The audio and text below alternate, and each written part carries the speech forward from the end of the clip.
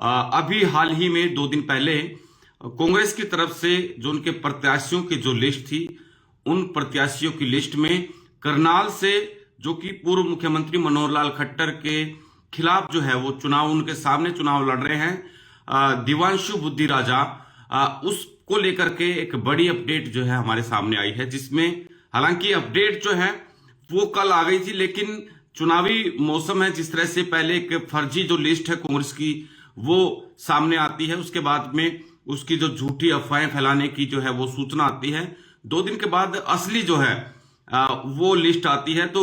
चुनावी मौसम में सारी चीजें तथ्यों के आधार पर देखना, जांचना, परखना, तो वो जो है कल हमारे पास जो सूचना आई थी उसको ऑथेंटिक है नहीं है, क्या आखिरकार उसकी असलियत है, वो तमाम चीज जो है जानने और समझने के बाद जो है वो फिलहाल अब अपडेट जो है आपको दे रहे हैं। और अपडेट ये है कि जो दिवांशु बुद्धि राजा है,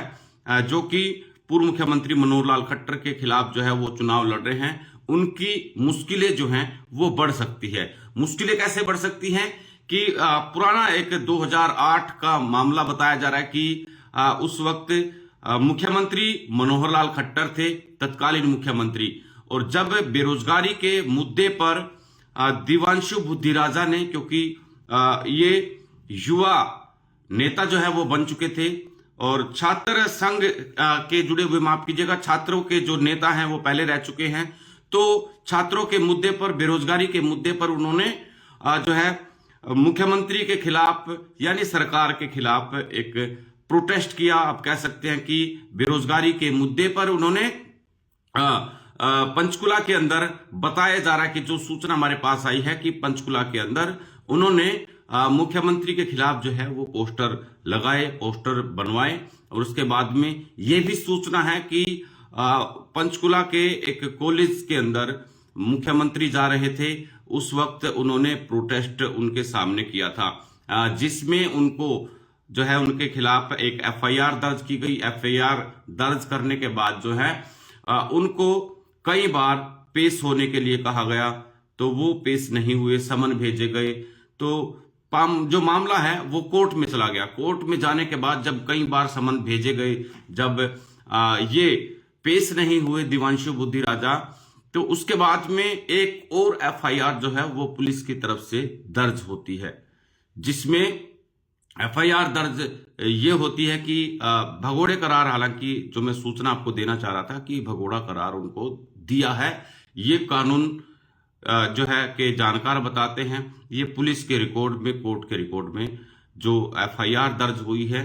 वो मामला है, जिसमें भगोड़े करार है, पीओ घोषित है वो, और उनको बताया जा रहा है कि बार बार समन भेजने के बाद बार बार उनको जो है जानकारी दी गई, लेकिन वो कोर्ट में पेश नहीं हुए। तो उसके बाद में पुलिस ने एक और एफआईआर दर्ज की और उसमें जो है सरकारी संपत्ति को जो नुकसान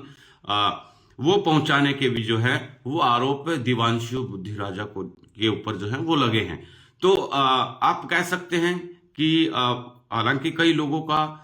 ये भी मानना है कि इसमें कहीं ना कहीं जो है वो राजनीति हो रही है, और पहले जब 2018 का मामला था तो अचानक से पीओ घोषित अब कैसे हो गया, तो बहुत सारे लोगों के कई तरह के आरोप हैं। लेकिन कहीं ना कहीं आप इसमें अगर थोड़ी सी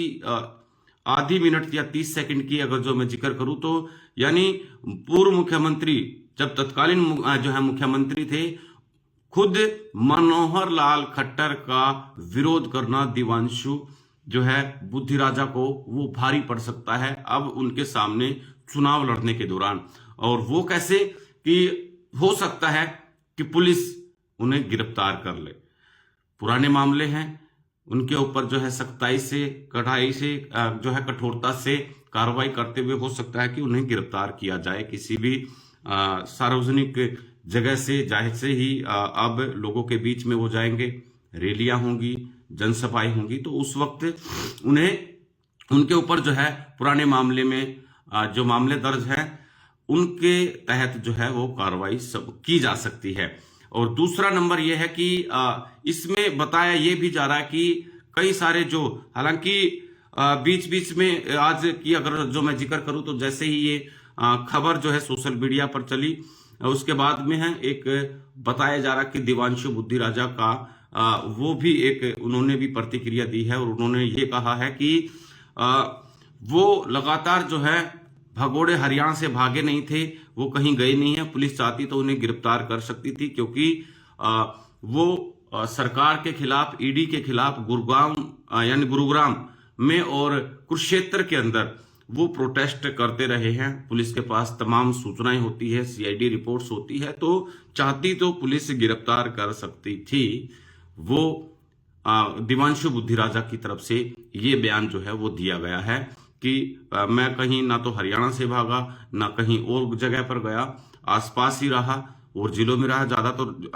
रहा हूँगा तो दिल्ली चला गया हूँगा, लेकिन उनकी तरफ से कहा गया कि अब जो है बड़ी बात यह है कि चुनाव के वक्त पीओ घोषित जो है कि ये जो खबर आनी आपको कैसे लगी, क्या आप आखिरकार आपकी प्रतिक्रिया है, इस पे कमेंट बॉक्स में जरूर अपनी राय दें। लेकिन मुश्किलें बढ़ सकती है, ये संभव है, हो सकता है